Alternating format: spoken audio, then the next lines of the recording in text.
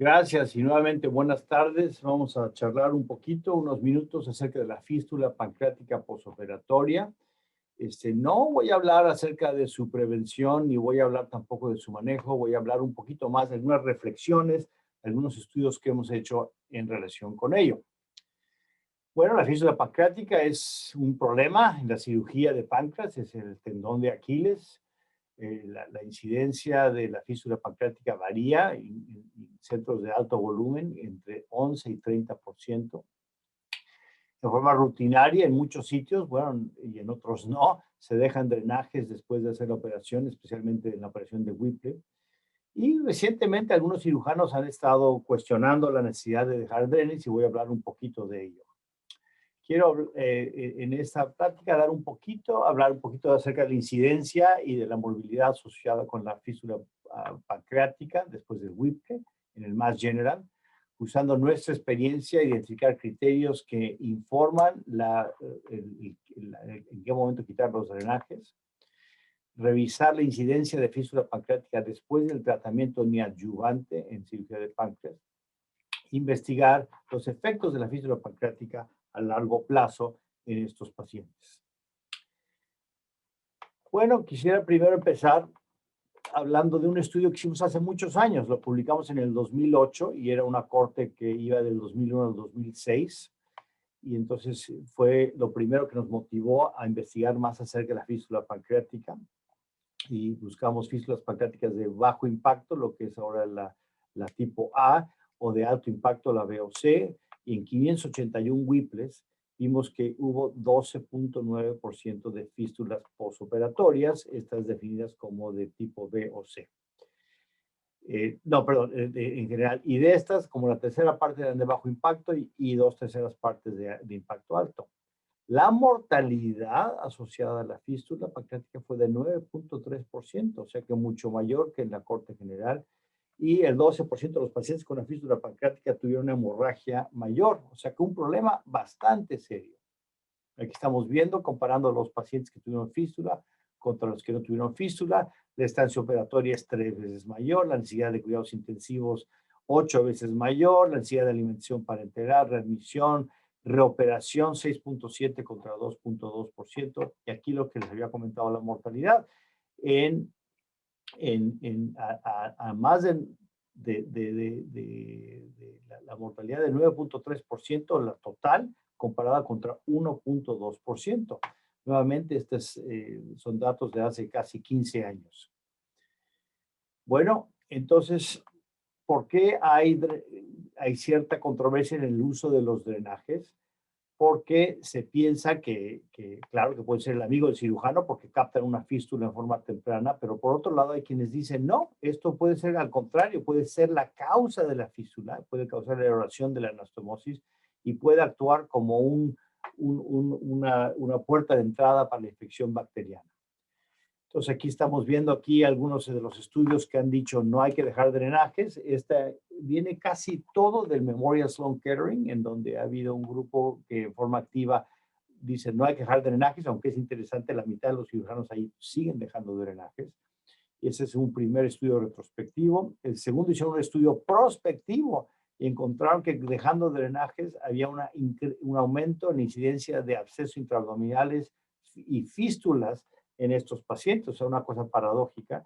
Y después otro estudio retrospectivo mostrando que seguía habiendo un beneficio de no dejar drenajes intrapancreáticos. Todo esto motivó, eran los 3 estudios de una sola institución del Memorial Sloan Kettering, que se hicieron un estudio prospectivo multicéntrico, en donde se dejaron drenajes o no en forma aleatoria. Y fueron 137 pacientes en 9 hospitales diferentes. Y en el grupo sin drenajes hubo más gastroparesis, casi el doble, más colecciones intraabdominales, por ejemplo, las simples del 12 al 2%, los abscesos del 26 al 12%, la necesidad obviamente de drenaje percutáneo.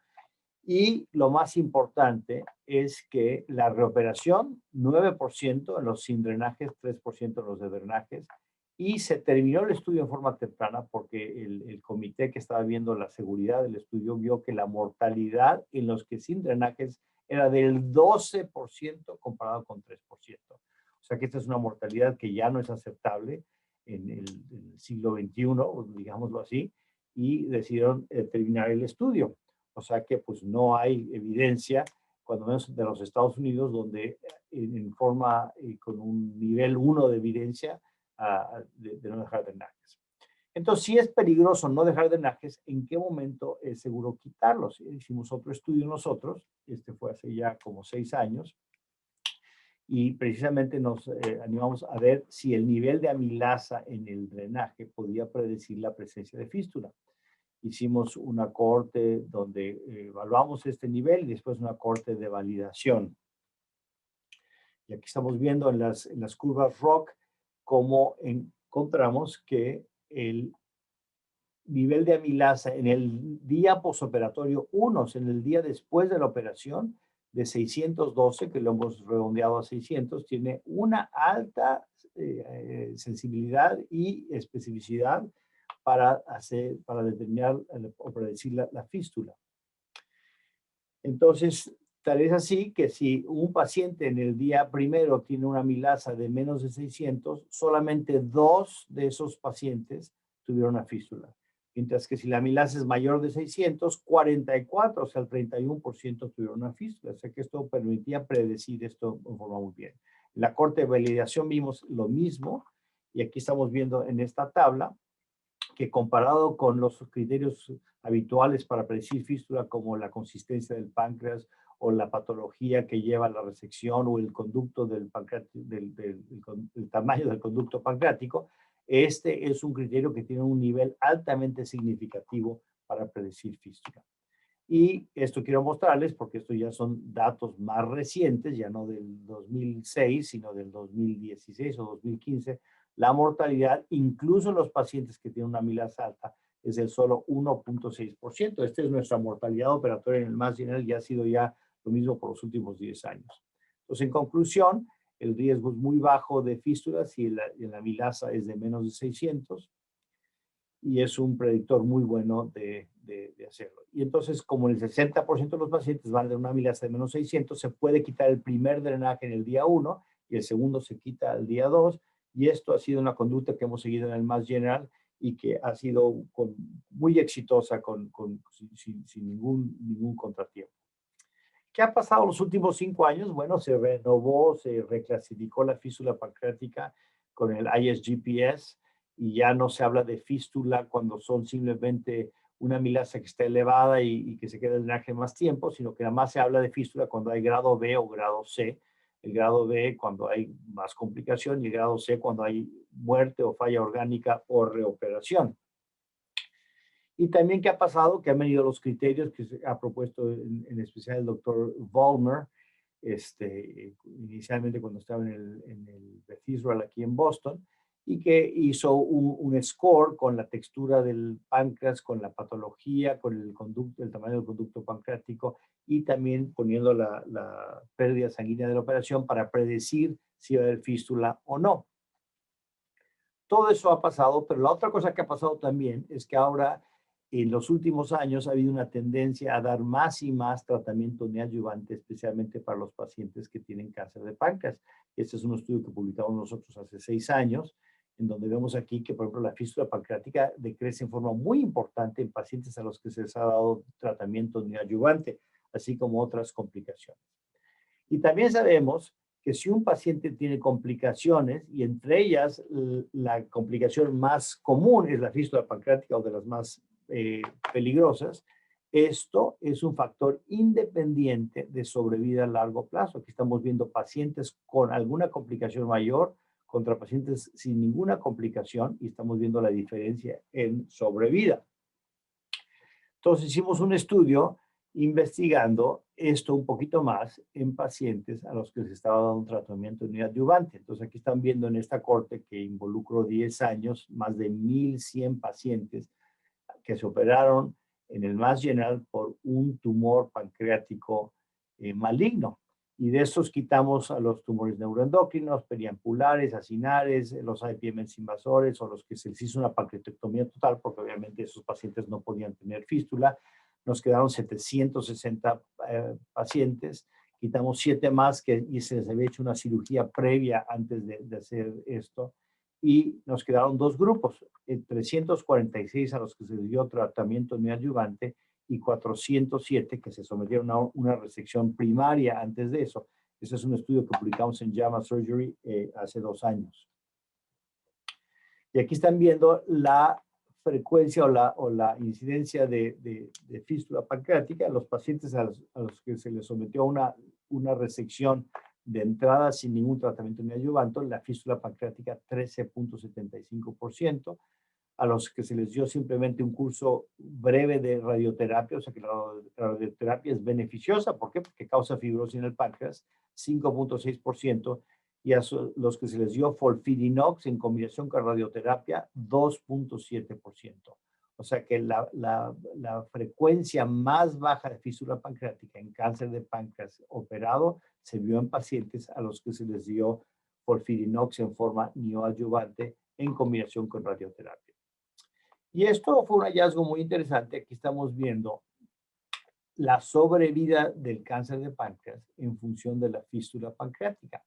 Y aquí estamos viendo que en los pacientes que no tuvieron una fístula, a los pacientes que no tuvieron fístula pancreática, no hay ninguna diferencia en sobrevida en los que se les hizo la cirugía inmediatamente después del diagnóstico. Pero en los que se les dio tratamiento neoadyuvante, si este paciente, que ya sabemos tiene menos riesgo de fístula, hace una fístula, la sobrevida es mucho peor. O sea que esto es o un marcador de un sustrato muy pobre del paciente, o es que la complicación por sí misma crea un estado ahí inflamatorio o deleterio para la sobrevida. Y de hecho, si uno tiene un tratamiento neoadyuvante, la sobrevida media es de 34 meses comparado con 17 meses si uno hace una fístula pancreática. Tan es así que vemos aquí que en el análisis multivariado de sobrevida, la fístula pancreática salió como uno de los elementos independientes más sobresalientes. El hazard ratio es de 2.8%, de hecho el más alto de todos los otros, más que los ganglios linfáticos, más que el tamaño del tumor, más que el CA19 que dejó de bajar. Esto lo podemos hacer un resumen, decir, en cirugía para cáncer de páncreas, la mitad de los pacientes más o menos reciben tratamiento neoadyuvante. En los que tienen tratamiento neoadyuvante hay un decremento de 3.6 veces de la fístula pancreática, pero los pacientes que tienen una fístula pancreática y que se les dio tratamiento neoadyuvante, hay una sobrevida mucho peor, de la mitad del 50% de la esperada si hay la fístula pancreática. O sea que en conclusiones, quisiera nada más decir que la fístula pancreática posoperatoria después del Whipple sigue siendo una complicación o un problema mayor. Los pacientes que tienen una fístula pancreática tienen una mortalidad mayor comparado con aquellos que no tienen una fístula pancreática. Y después del Whipple, el riesgo de una fístula pancreática es menos del 1% si la amilasa en el DREN es de menos de 600. Y es seguro quitar el drenaje en ese punto. O sea, la remoción temprana de los drenajes siempre y cuando la amilasa esté baja. La frecuencia de una fístula clínicamente relevante pancreática está muy disminuida en pacientes a los que se da tratamiento neoadyuvante por cáncer de páncreas, pero si esta ocurre, la sobrevida es mucho peor. Muchas gracias por su atención.